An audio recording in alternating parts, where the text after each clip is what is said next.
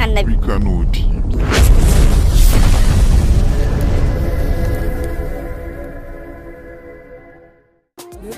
To da farko za mu so mu ji sunan malamin. Assalamu alaikum wa rahmatullahi ta'ala barakatuhu. Bismillahir rahmanir rahim. Allahumma salli ala sayyidina Muhammadin al-Fatih lima ughliq wa khatim lima sabaqa nasrul haqi bila wal hadi ila siratal mustaqim wa ala ali haqqan qadam dar azim. Sunana Jamilu na Lado Kofar Waika. To gashi muna wajen taro da aka shirya na semina, taron karawa juna sani, kuma wanda sha'irai ne na manzon Allah sallallahu alaihi wasallam suka shirya wannan taro, kuma taro ne wanda ya hada iyaye da kuma sha'iran da ma masu kaunan manzon Allah da kowane bangare. To za mu so mu ji matsayin malam a cikin wannan tafiya. To ni a cikin wannan tafiya a gani na ban wuce dan kolo ba, kuma babu shakka na ji daɗin shirya wannan shiri, domin tunda Allah ya ce bismillahir rahmanir rahim wa atasibu bi hablillahi jami'a, to duk wanda bai zama a haka ba to kuma ba zai ga haka ba. Babban abin da ake nema a matsayina na Jamilu da nake kokartawa wajen neman yardar Allah cikin hidimar yaban annabi, abinda na ga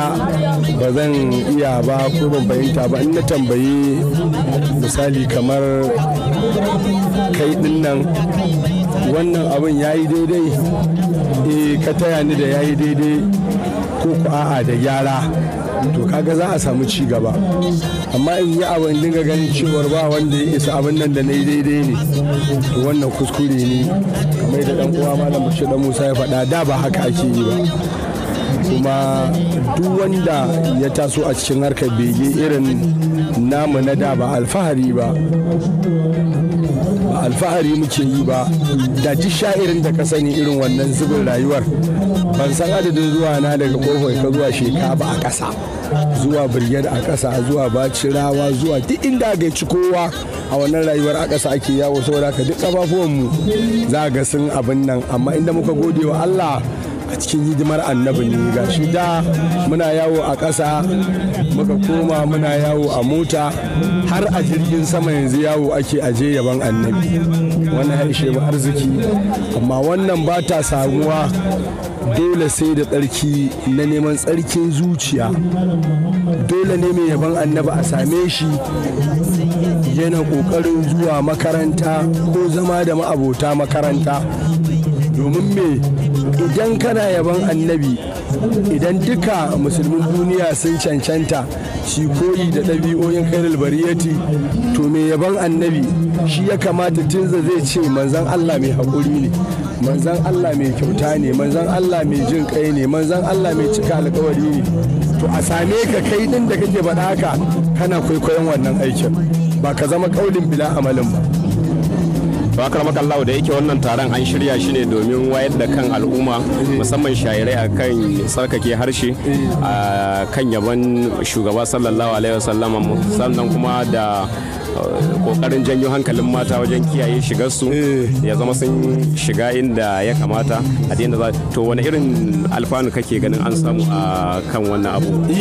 Wannan ai ba wai abu ne na wai a ba mutum shawara ba, dole ne mutumin da yake musulmi ma ya zama yana kwaikwayo cikin aikin khairul bariyati.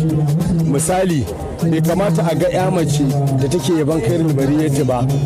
ta zo filin yabo ba tare da shiga ta kamala ba, kai ba ya mace ba ma ɗa namiji ma in san samu ne dole ne mutum zai yaba khairul bariyati ya yi wanka. In da karamar riga yake sawa, duk da dai wannan ba shi daga cikin sharaɗi, amma saboda al'adar mu ce haka, to mutum ya yi wanka, ka sa riga, in kana da harjin da wando ka sa, in kana da hula ka sa, ko ba ka da ita ka nema ka sa, ya zama ba za a ganka a ce wannan dan cashiya ba ne, a'a wannan dan yabo ne na manzon Allah, siffarka da ɗabi'arka ta nuna ka. Wannan shine bayani. To a dunkule wane sako kake da shi game da haɗin kan al'ummar musulmi gaba ɗaya? To sako kamar yadda na gaya maka tun farko,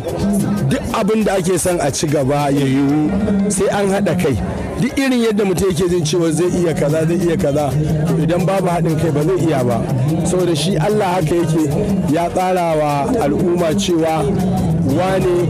misali za ga mutum kun taso gidan ku daya sawa'un ko shekarun ku daya ko ya girme ka ko ka girme shi da a guri dai kuke kwana a kwana ta yi sai gan shi ya yi aure ko ya ganka ka yi aure kaga dole an rabu ta wannan fannin to amma in bai hada yanzu kalli in ba Allah ba wanda zai ce ma ga adadin mutanen da suka zo wajen wannan hidimar dan annabi kuma kowa da ka gani ba wanda ka isa kai washe da cewar ba dan hidimar annabi ya zo ba yanzu misali zan ni makarantar mu ce a wata rayuwa da aka yi shekaru da yawa yanzu banda kwanan nan da aka yi taron 'ya'yan sha'irai rabon da in shigo shekarun da yawa to kaga komai da dalili sau da aka yi hidima annabi lalle da an gan shi a ce an fassara shi shine wani wannan shine muna kira cewa jama'a su rike aikin da Allah ya sa ake yin nan ba karaman magana ba ce wasu ma ne ma suke yi sau da aka yi hidima annabi Muhammadu da gaske ce da gaske ce da gaske in ka dauki abu da gaske za ka gan shi da gaske in ka dauke shi wasa za ka ga wasa yawwa to muna godiya mala Allah ya saka amin da manzon Allah sallallahu alaihi wasallam na gode Allah albarka